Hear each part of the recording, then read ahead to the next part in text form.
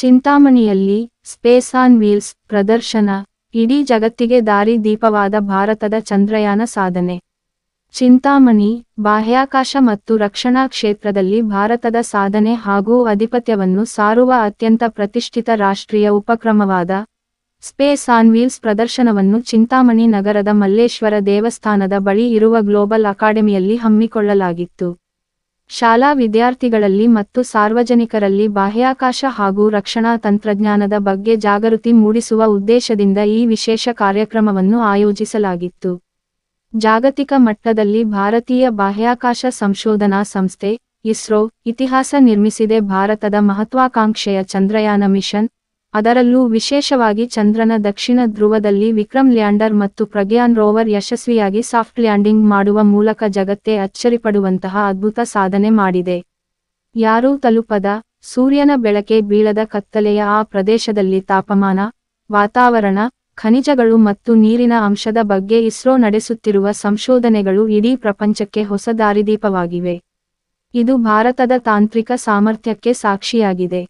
ರಕ್ಷಣಾ ಸಂಶೋಧನೆ ಮತ್ತು ಅಭಿವೃದ್ಧಿ ಸಂಸ್ಥೆ ಡಿಆರ್ಡಿಒ ಹಾಗೂ ಬೆಂಗಳೂರಿನ ವಿಜ್ಞಾನ ಮತ್ತು ಏರೋಸ್ಪೇಸ್ ಸಂಸ್ಥೆಗಳ ಸಹಯೋಗದೊಂದಿಗೆ ಹಮ್ಮಿಕೊಳ್ಳಲಾಗಿದ್ದ ಈ ಪ್ರದರ್ಶನದಲ್ಲಿ ಪ್ರಮುಖ ಏರೋಸ್ಪೇಸ್ ಎಂಜಿನಿಯರ್ ಮತ್ತು ವಿಜ್ಞಾನಿ ಪ್ರದೀಪ್ ಲಕ್ಷ್ಮಣ್ಕರ್ ಅವರು ವಿದ್ಯಾರ್ಥಿಗಳಿಗೆ ಬಾಹ್ಯಾಕಾಶ ಮತ್ತು ರಕ್ಷಣಾ ತಂತ್ರಜ್ಞಾನದ ಬಗ್ಗೆ ಸುದೀರ್ಘ ಮಾಹಿತಿ ನೀಡಿದರು.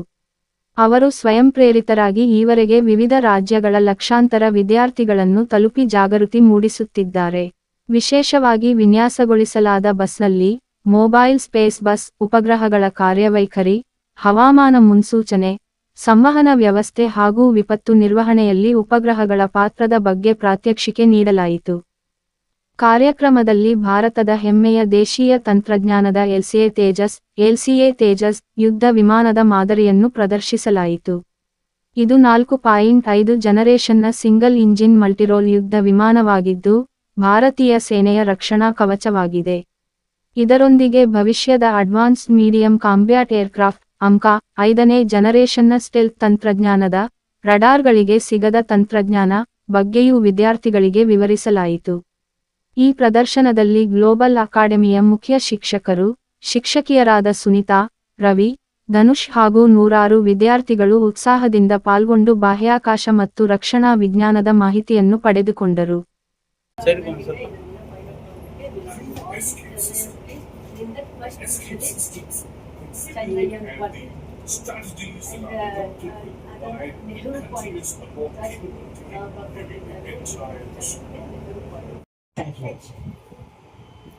ಸೊ ನಾವೆಲ್ಲರೂ ಸ್ಪೇಸ್ ಹೋಗಿ ಸ್ಯಾಟಲೈಟ್ ಅಲ್ಲಿಂದ ಹತ್ರ ನೋಡಕ್ಕಾಗಲ್ಲ ಅಲ್ವಾ, ಅದಕ್ಕೆ we have brought A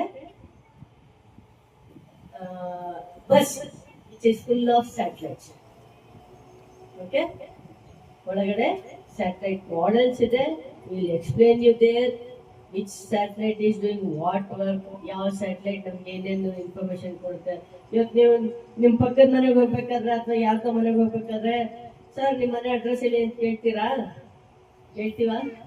what you ask? Please share the location, right?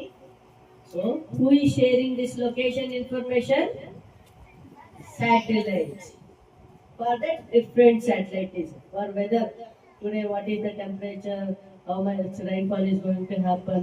This information is given by the weather information code on the satellite. Okay, mines, minerals, forest. Ida ಪ್ರತಿಯೊಂದಕ್ಕೂ ಒಂದೊಂದು satellite ಇದೆ. All satellites are there in one small bus. It's a mini bus which is having lots of knowledge about the space. Okay, you explore the bus, you gain the knowledge. Whatever you want to ask, you can ask the questions. ಏನೇ question ಯಾವ ಥರ ಇದ್ರೆ ಮೇಡಮ್ನ ಕೇಳಬೇಕೋ ಬೇಡೋ ಅಂತ ಏನಿಲ್ಲ, ನಿಮ್ಗೆ ಏನು ಕೇಳಬೇಕು ಅಂದ್ರೂ ಕೇಳ್ಬೋದು. I will explain you everything. Okay, God bless you. Thank you. ಮೊದಲ ಪಾಠಶಾಲೆ. Respected chairperson, managing director and my well-wisher and my friend R. Dhanush sir, and the future aerospace and defense scientist Good morning to all of you.